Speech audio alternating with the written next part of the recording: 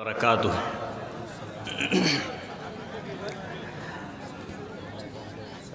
بڑی دیر سے مہمان ذی وقار جناب دل خیر آبادی صاحب ہم لوگوں کو منظوم کلام سنا رہے تھے۔ ہم لوگ کچھ لوگ توجہ سے سن رہے تھے اور کچھ لوگ دکانوں پر اڈا مار رہے ہیں۔ اتنا کہنے کے باوجود بھی ہم لوگ اپنی جگہ سے ٹس سے مس نہیں ہو رہے۔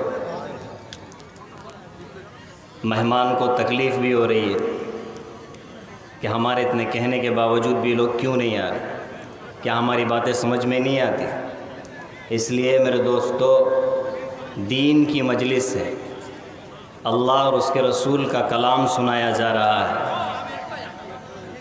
ایسی مجلسوں کے آداب بھی زیادہ ہیں۔ صحابہ کرام رضوان اللہ تعالی علیہم اجمعین کا بیان ہے کہ نبی کریم صلی اللہ علیہ وسلم کی مجلس میں جب ہم لوگ بیٹھتے تھے تو ہمارے درمیان بالکل بھی جگہ نہیں رہتی تھی۔ سر آپس میں ایسے ملے ہوئے رہتے تھے کہ اگر اوپر سے کوئی چادر ڈال دی جائے تو نیچے نہ گر۔ لیکن ہمارا کیا حال ہے، ہم لوگ اس کو اپنی نظروں سے دیکھ رہے ہیں کہ کچھ لوگ وہاں بیٹھے ہوئے ہیں، بیچ میں مجمع اتنا بڑا، جگہ اتنی بڑی خالی پڑی ہوئی ہے۔ تو اس لیے میرے دوستو، دین کی بات کو سننے کے لیے قریب آ جائیے۔ وہ ہمارے جماعت کے ساتھی کہتے رہتے ہیں نا کہ دین کی بات کو سننے کے لیے قریب آنا چاہیے اور دین کی بات کو پھیلانے کے لیے دور جانا چاہیے۔ بسم اللہ الرحمن الرحیم۔ الحمد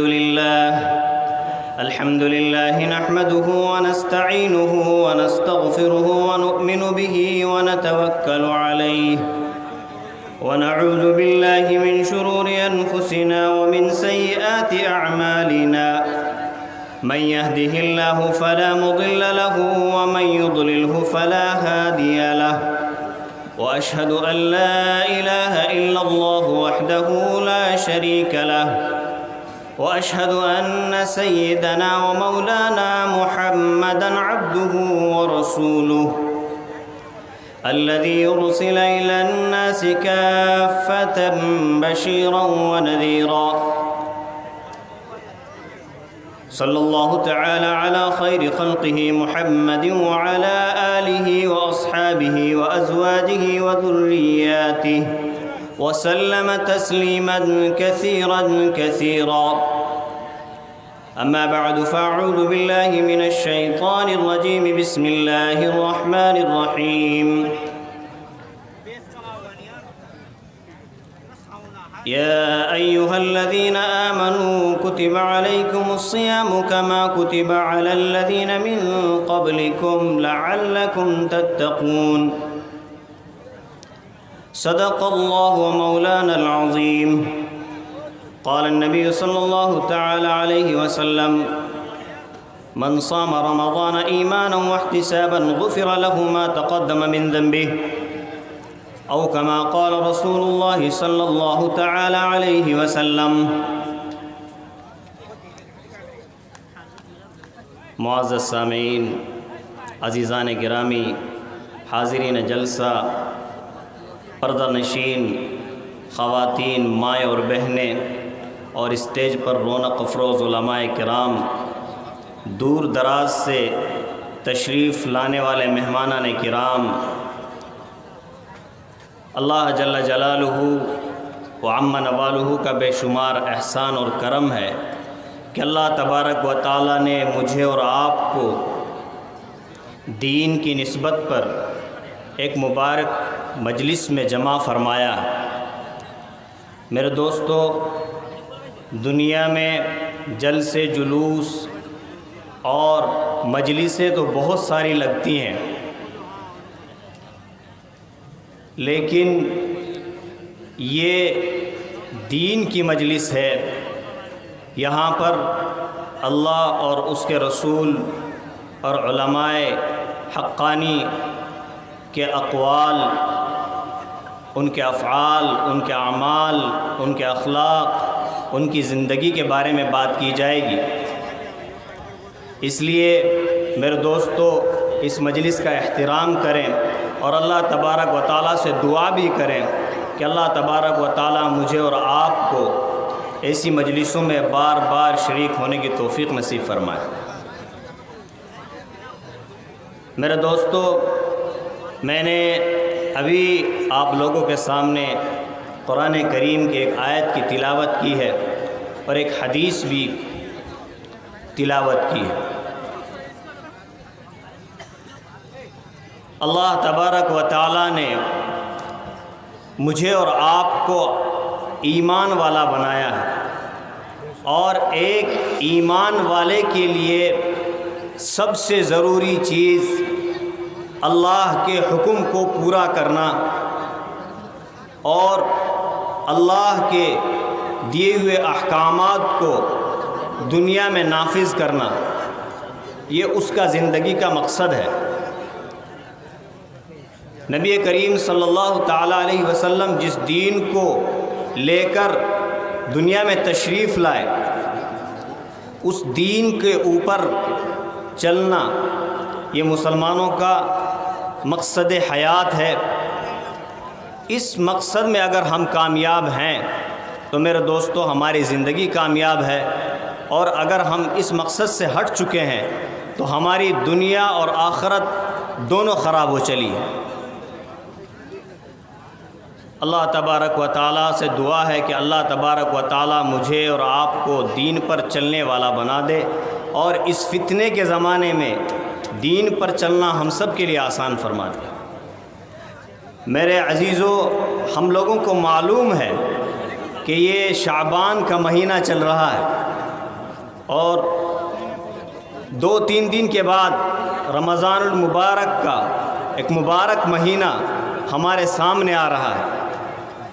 تو اسی کے پیش نظر میں نے قرآن کریم کی ایک آیت تلاوت کی ہے، یا ایھا الذین آمنوا کتب علیکم الصیام کما کتب علی الذین من قبلکم لعلکم تتقون، کہ ایمان والو تم پر روزے کو اسی طریقے سے فرض کیا گیا جس طریقے سے پہلی امتوں پر روزے کو فرض کیا گیا، تاکہ تم متقی بن جاؤ۔ اللہ تبارک و تعالیٰ نے مجھے اور آپ کو یہ مبارک مہینہ اس لیے دیا تاکہ ہم لوگ متقی بن جائیں، تقوی حاصل کرنے والے بن جائیں۔ زندگی کا اصل مقصد تقوی ہے۔ اگر ہماری زندگی تقوی سے لبریز ہو جائے تو ہماری زندگی کامیاب ہو جائے گی۔ قرآن کریم میں بھی اللہ تبارک و تعالیٰ نے فرمایا، ان اکرمکم عند اللہ اتقاکم، کہ تم میں سب سے مکرم، سب سے باعزت، سب سے اچھا انسان میرے نزدیک وہ ہے جو تم میں سب سے زیادہ متقی بنے گا، جو سب سے زیادہ تقوی والا ہوگا۔ اس لیے میرے دوستو، اللہ تبارک و تعالیٰ نے یہ مبارک مہینہ ہمیں دیا ہے، اور اس مہینے کی فضیلتیں قرآن میں بھی بے شمار ہیں اور احادیث بھی اس سے بھری پڑی ہیں۔ میرے دوستو، تقوی کی زندگی ہر ایک کو نصیب نہیں ہوتی۔ تقوی کے لیے ضروری ہے کہ ہم لوگ قرآن کے احکامات پر عمل کریں، قرآن کی تعلیمات کو عام کریں، اور احادیث نبویہ صلی اللہ علیہ وسلم کو اپنی زندگی میں اتارنے کی کوشش کریں۔ میرے عزیزو، اللہ تبارک و تعالیٰ نے رمضان کے مہینے میں جو فضیلتیں رکھی ہیں وہ ہم لوگوں سے چھپی ہوئی نہیں ہیں۔ احادیث میں ہے، نبی کریم صلی اللہ علیہ وسلم کا فرمان ہے کہ اللہ تبارک و تعالی رمضان کے مہینے میں فرض کے ثواب کو 70 گنا بڑھا دیتے ہیں اور نفل کے ثواب کو فرض کے برابر کر دیتے ہیں، اور اللہ تبارک و تعالی انسان کا جو سب سے بڑا دشمن شیطان ہے اس کو بند کر دیتے ہیں تاکہ انسان کو نیک عمل کرنے میں مدد مل جائے۔ انسان کے دو دشمن انسان کے ساتھ ہمیشہ لگے ہوئے ہیں، ایک شیطان اور دوسرا نفس۔ نفس تو ہمارا ہمیشہ ساتھ رہتا ہے، اس لیے اس سے بچ پانا آسان نہیں ہے۔ گزشتہ ہفتے ہم لوگ جمعہ میں بات کر رہے تھے کہ نفس اور شیطان سے بچنے کے لیے کچھ نسخے ہیں، ان پر اگر عمل کر لیا جائے تو انسان کو تقوی والی زندگی مل جاتی ہے۔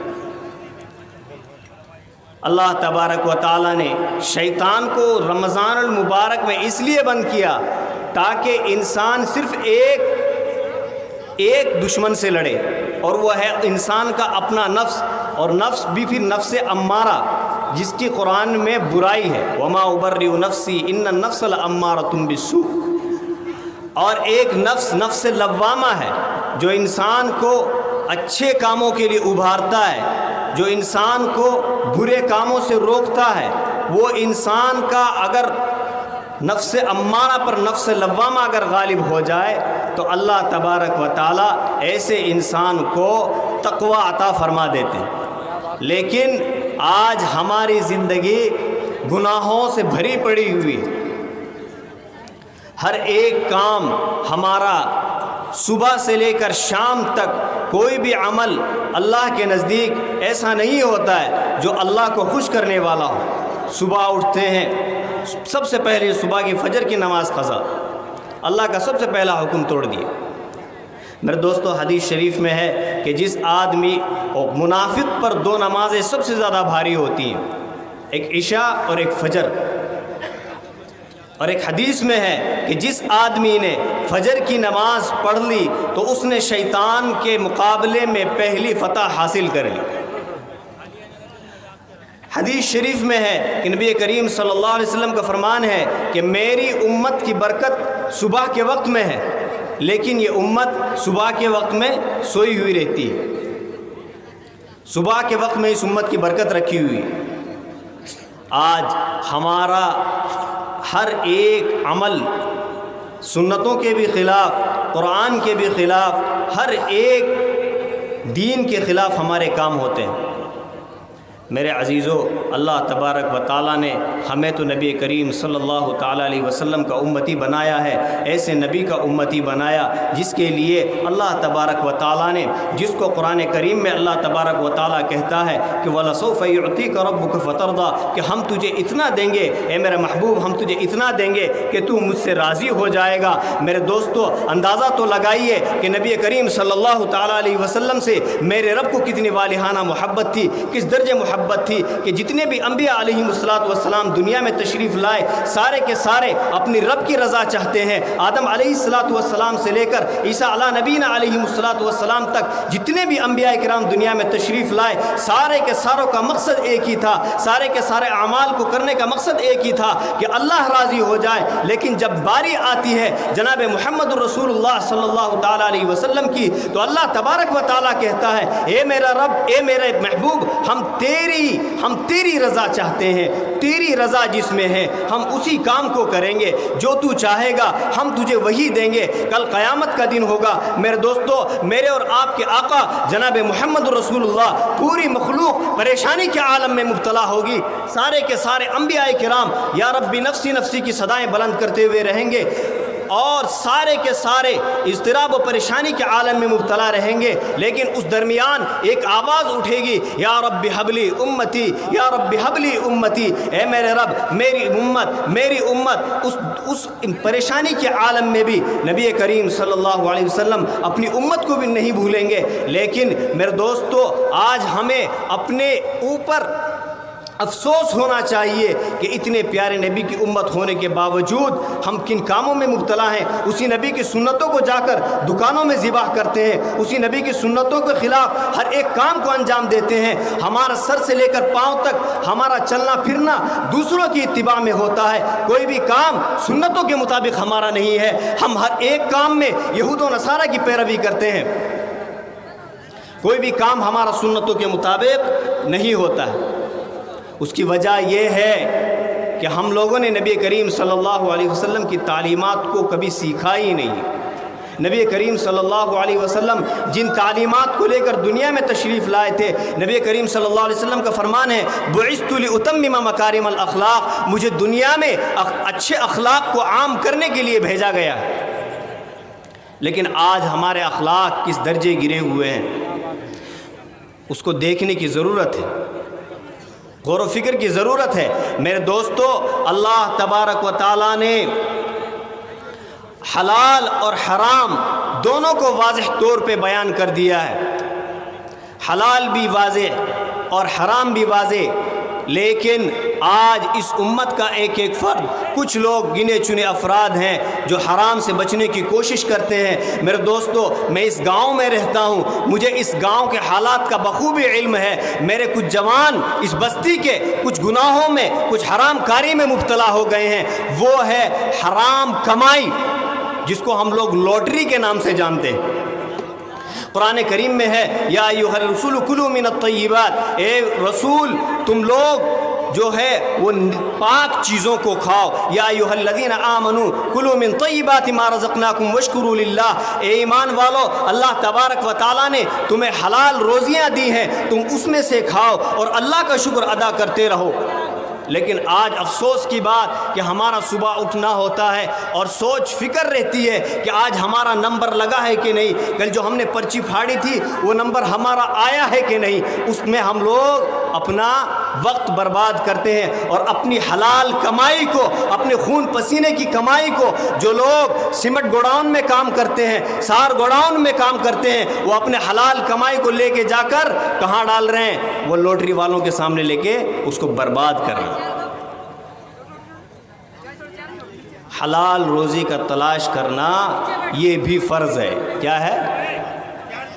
فاتقوا اللہ واجملوا فی الطلب، کہ لوگوں اللہ سے ڈرو اور حلال روزی تلاش کرو۔ لیکن افسوس کی بات ہے کہ آج ہم نے حلال کو حلال سمجھنا چھوڑ دیا۔ کبھی کسی عالم سے نہیں پوچھا کہ ہم جو کام کر رہے ہیں، جو روزی ہم کما رہے ہیں، وہ روزی ہمارے لیے حلال ہے یا حرام ہے۔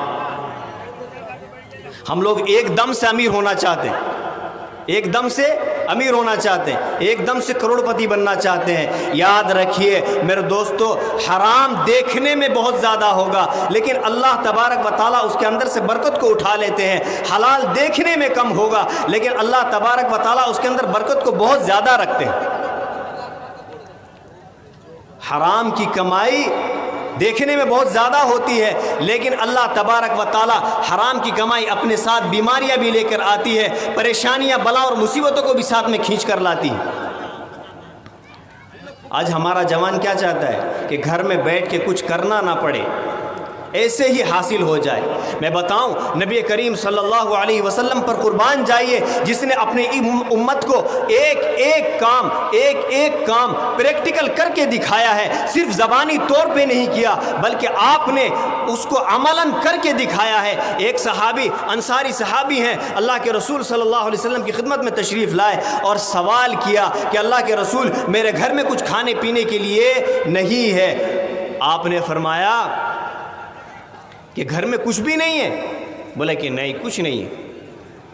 پھر دوبارہ آپ نے پوچھا کہ کچھ نہ کچھ تو ہوگا کیا؟ انہوں نے، صحابی نے کہا کہ یا رسول اللہ صلی اللہ علیہ وسلم کہ میرے گھر میں صرف ایک کمبل ہے جس کو ہم لوگ بچھا بھی لیتے ہیں اور اوڑھ بھی لیتے ہیں، اور ایک پیالہ ہے جس سے ہم پانی پیتے ہیں۔ آپ نے فرمایا آؤ اس پیالے کو بھی اور اس کمبل کو بھی میرے پاس لے کے آؤ۔ صحابہ کرام رضوان اللہ تعالیٰ علیہم اجمعین کا مجمع موجود تھا۔ آپ نے وہ دونوں چیز اپنے ہاتھ مبارک میں لی اور فرمایا کہ لوگوں، کون تم میں سے اس کو خریدنا چاہتا ہے؟ کس کو؟ اس کمبل کو اور اس پیالے کو۔ تو ایک صحابی کھڑے ہوئے کہ اللہ کے رسول صلی اللہ علیہ وسلم، میں اس کو 1 درہم کے بدلے خریدوں گا۔ آپ نے فرمایا کہ نہیں، اس سے زیادہ بھی کوئی دینے والا ہے۔ اور جس طرح ہمارے یہاں بولی لگاتے ہیں، اس کو بولتے ہیں نا بیع من یزید، فقہا کی اصطلاح میں کہتے ہیں کہ کون زیادہ دے گا، بولی لگاؤ، کھڑے کر دیتے ہیں لوگوں کو، بھائی بتاؤ، تم بتاؤ، آگے بڑھو آگے بڑھو۔ اسی کو علماء نے کہا ہے کیا؟ بیع من یزید، کہ کون زیادہ دے گا۔ یہ جائز ہے بلکہ مستحب اور سنت ہے۔ نبی کریم صلی اللہ علیہ وسلم نے بولی لگانی شروع کی کہ آگے بڑھو، 1 درہم سے زیادہ کون اور دے گا، اور بتاؤ۔ ایک صحابی دوسرے صحابی کھڑے ہوئے کہ اللہ کے رسول میں اس کے بدلے 2 درہم دوں گا، تو آپ نے فرمایا کہ سامان آپ کا ہوا، آپ لے کے جاؤ۔ اس کے بعد آپ نے وہ 2 درہم لیے اور انصاری صحابی کے ہاتھ میں پکڑائے کہ لو یہ 2 درہم لو، 1 درہم سے بازار سے جا کر اپنے گھر والوں کے لیے کھانے کا سامان خریدو، اور دوسرے سے 1 کلہاڑی لو اور کلہاڑی لے کر میرے پاس آؤ۔ وہ صحابی بازار گئے، اپنے گھر والوں کے لیے کھانے پینے کا سامان خریدا، اس کے بعد 1 کلہاڑی لینے گئے، 1 کلہاڑی بھی لے کے آئے۔ کلہاڑی لے کر جب نبی کریم صلی اللہ علیہ وسلم کی خدمت میں حاضر ہوئے تو آپ نے فرمایا کہ جاؤ جنگل میں جاؤ اور لکڑیاں کاٹنا شروع کرو، 15 دن کے بعد میرے پاس آنا اور مجھ سے ملاقات کرنا، اس سے پہلے مت آنا۔ تو میرے دوستو یہاں سے ایک بات معلوم ہوئی کہ نبی کریم صلی اللہ علیہ وسلم نے ایک ہنر سکھایا، تعلیم دی اس امت کو۔ پھر آپ نے اسی حدیث میں ہے، آپ نے ارشاد فرمایا کہ لوگوں تمہارے لیے بہتر یہ ہے کہ تم اپنے ہاتھ سے محنت کر کے کماؤ، اور اس سے بہتر ہے کہ تم کسی کے سامنے ذلت کا ہاتھ پھیلاؤ، پھر وہ چاہے تو تم کو دے دے، چاہے وہ تمہیں خالی ہاتھ لوٹا دے۔ لیکن میرے دوستو آج افسوس کی بات ہے، مانگنا عام ہو گیا ہے۔ وہ مانگنے والے جو ہے وہ بھکاریوں کا جو ہے وہ طرز کیا بولتے ہیں، مانگنے کا انداز بدل گیا ہے۔ وہ کیا ہے؟ اسٹینڈرڈ بھکاری۔ ہمارے یہاں وہ ہے نا جہیز کا طلب کرنا، جہیز کا مطالبہ، یہ ہے بھکاری۔ اللہ کے رسول صلی اللہ علیہ وسلم، قرآن کریم میں ہے کہ اللہ تبارک و تعالیٰ نے تو مردوں کو عورتوں پر فوقیت دی ہے کہ وہ ان کے حقوق کی ادائیگی کریں، نہ کہ ان سے مطالبہ کریں۔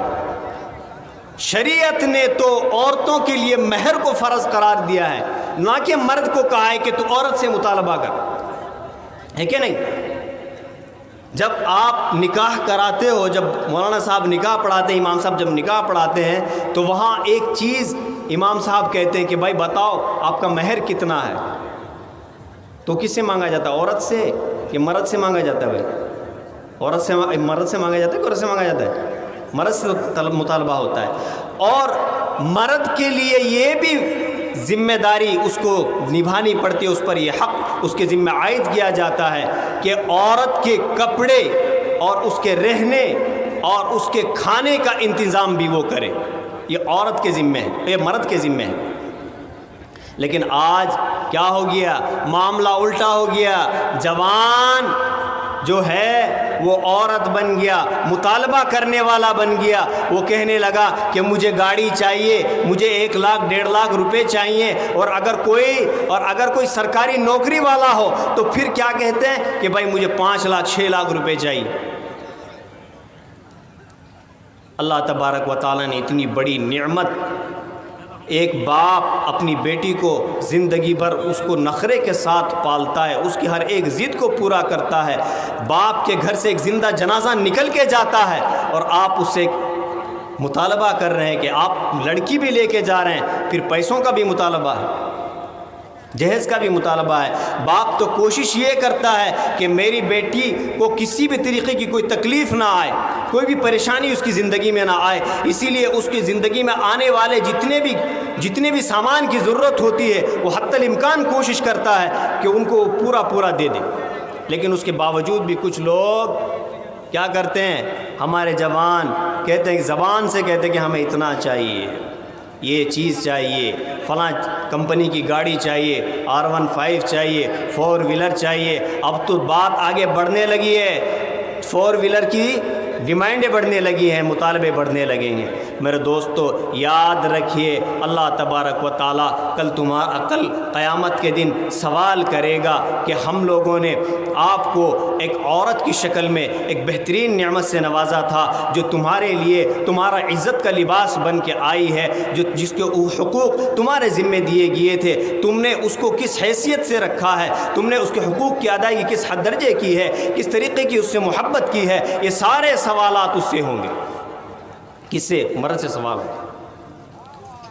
اللہ تبارک و تعالیٰ نے ہمیں قرآن کریم میں الرجال قوامون علی النساء بما فضل اللہ بعضهم علی بعض وبما انفقوا من اموالهم فالصالحات قانتات حافظات للغیب. اللہ تبارک و تعالیٰ نے عورتوں کی بھی تعریف کی ہے، مردوں کی بھی تعریف کی ہے. صالحات قانتات نیک کہا ہے، عورتوں کو بھی اکتفا کم مال پر اکتفا کرنے والی، اور حافظات للغیب اپنے شرمگاہوں کی حفاظت کرنے والی، بما حفظ اللہ ان چیز کی حفاظت کرنے والی جس کا محافظ اللہ تبارک و تعالی نے ان کو بنایا.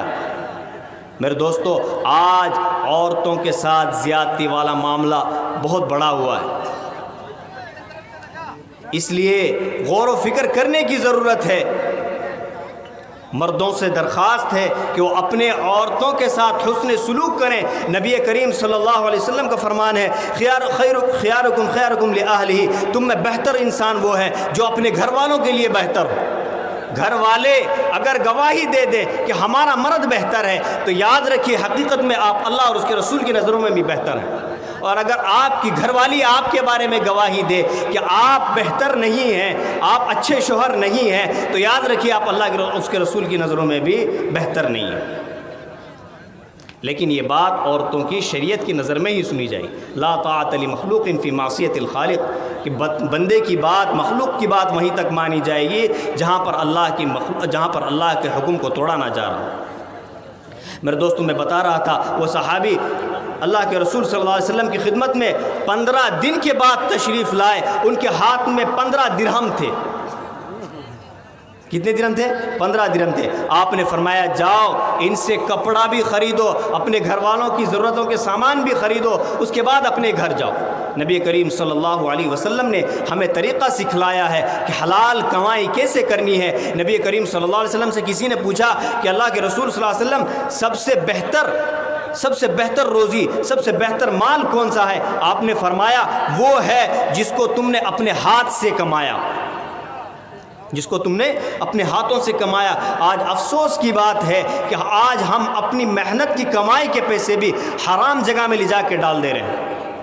تو میرے دوستو، یاد رکھنا چاہیے کہ یہ لاٹری والا مسئلہ، یاد رکھیے یہ سود کے اندر آتا ہے، سود کے اندر آتا ہے. اور سود وہ چیز ہے جس کو اللہ تبارک و تعالیٰ نے قرآن کریم میں کہا ہے کہ سود حرام ہے. احل اللہ البیع وحرم الربا، کہ ہم نے تجارت کو حلال کیا ہے اور سود کو حرام بنایا. اور یاد رکھیے سود سے ہمیشہ جو غریب ہوتا ہے وہ اور زیادہ غریب ہو جاتا ہے، اور جو مالدار ہوتا ہے اس کے مال میں بڑھوتری ہوتی ہے. سود سے کبھی غریب کا نفع نہیں ہوتا ہے.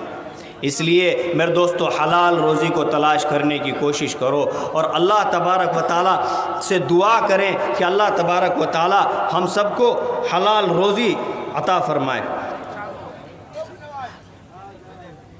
میرے عزیزو، آپ سے ایک درخواست ہے، وہ یہ ہے کہ ہمارے مہمان خصوصی حضرت علامہ و مولانا قاری احمد علی صاحب کچھ دیر میں تشریف لانے والے ہیں. ان سے پہلے